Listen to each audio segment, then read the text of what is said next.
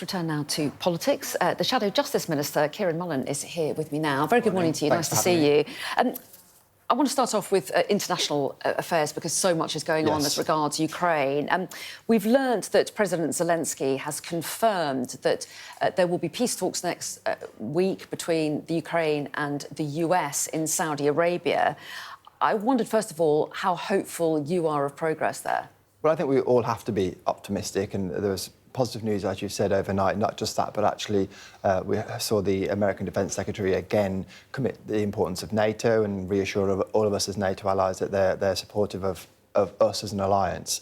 I think we have to be realistic about Putin and how he behaves and his track record, but at the same time carry on doing what we have been doing, which is being that vital bridge between the Ukraine and America. Well, it's interesting you say that the UK is a vital bridge. The Russian ambassador to London spoke to Sky News yesterday, to my colleague Yalda Hakim, and he said that Russia wants a quick peace in Ukraine.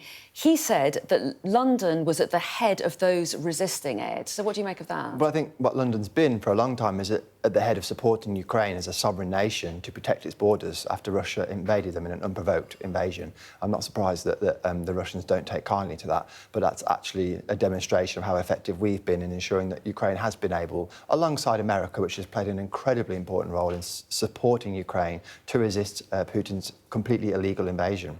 One of the things that Keir Starmer has done is said that he would be willing to put troops on the ground in Ukraine to police any future peace. Other countries are also making commitments, up to 20, we understand, are making commitments of some kind, although they wouldn't all involve troops. But the Russian ambassador has categorically ruled out the idea of any European troops on the ground. Russia's made it clear that that would amount to what they describe as direct, official and unveiled involvement of NATO members in the war against Russia.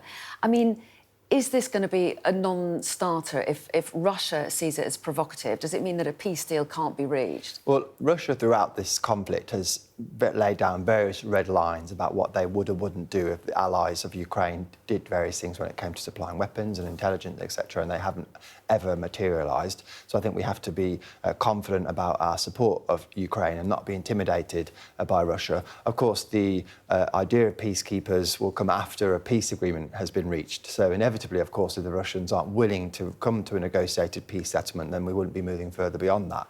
But we shouldn't be intimidated by Russia. They frequently throughout this conflict have sought to pressure Ukraine's allies into not supporting them.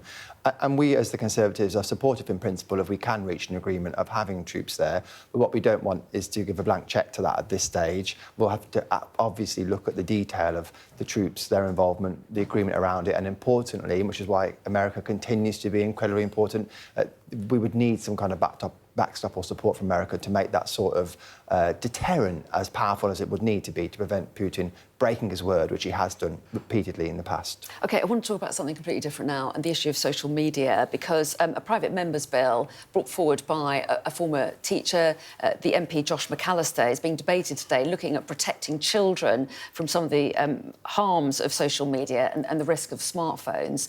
Now, he originally wanted to ban smartphones in schools and wanted to raise the digital age of consent to 16. The government doesn't support that. The bill's been watered down, and I wondered where the Tories stand on this. Well, as an MP, I've previously supported the idea that we need to look very closely at young people's access to smartphones and social media. I think it's unfortunate that this bill has been watered down, as you say, by the government, but it's still, again, a further step forward in this area. So Josh, as a backbench MP, has secured progress, I would say, but I think we remain committed in principle to looking at whether you could go further in terms of implementation.